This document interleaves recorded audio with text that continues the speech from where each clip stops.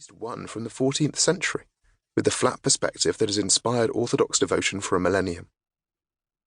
On display tables, by a portrait of Yanukovych executed in amber, and another one picked out in the seeds of Ukrainian cereal crops, were 19th century Russian landscapes worth millions of dollars.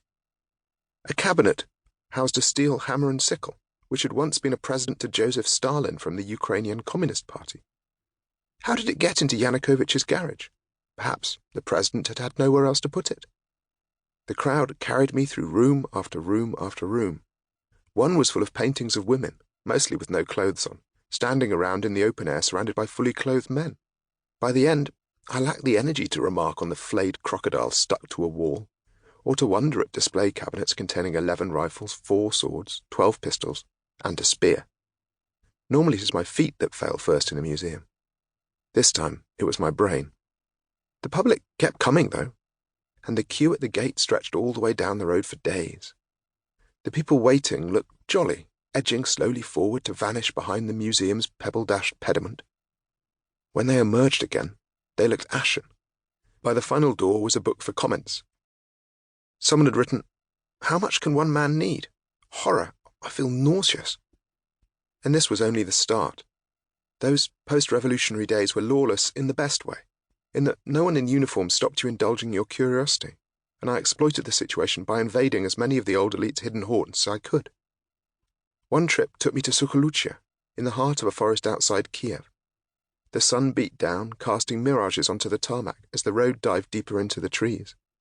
Anton, my driving companion, who ran his own IT company before joining the revolution, stopped the car at a gate, stepped off the road into the undergrowth, rustled around, and held up what he'd found. "The key to paradise," he said, with a lopsided smile. He unlocked the gate, got back behind the wheel, and drove through.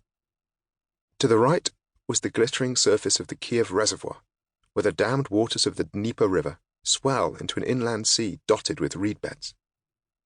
Then came a narrow causeway over a pond by a small boathouse with a dock. Ducks fussed around wooden houses on little floating islands. Finally, Anton pulled up at a turning circle in front of a 2-story log mansion. This was where Yanukovych came with old friends and new girlfriends when he wanted to relax. Anton came here with his daughter in the first few hours after the president fled his capital in February 2014. He drove down that immaculate road to the gate where he told the policeman he was from the revolution. They gave him the key, let him pass. He pulled up in front of the mansion and marvelled at it, and at its grounds dotted with mature trees. There was a chapel and an open-sided summer house housing a barbecue. The ground sloped gently down to a marina for yachts. The staff came out to ask Anton what he was doing at the president's hunting lodge. He told them the revolution had taken over. The hunting lodge belonged to the people. Now Anton opened the door and led the way in. He had changed nothing. The long dining table with its 18 overstuffed chairs were as he had found them, as was the heated marble massage table.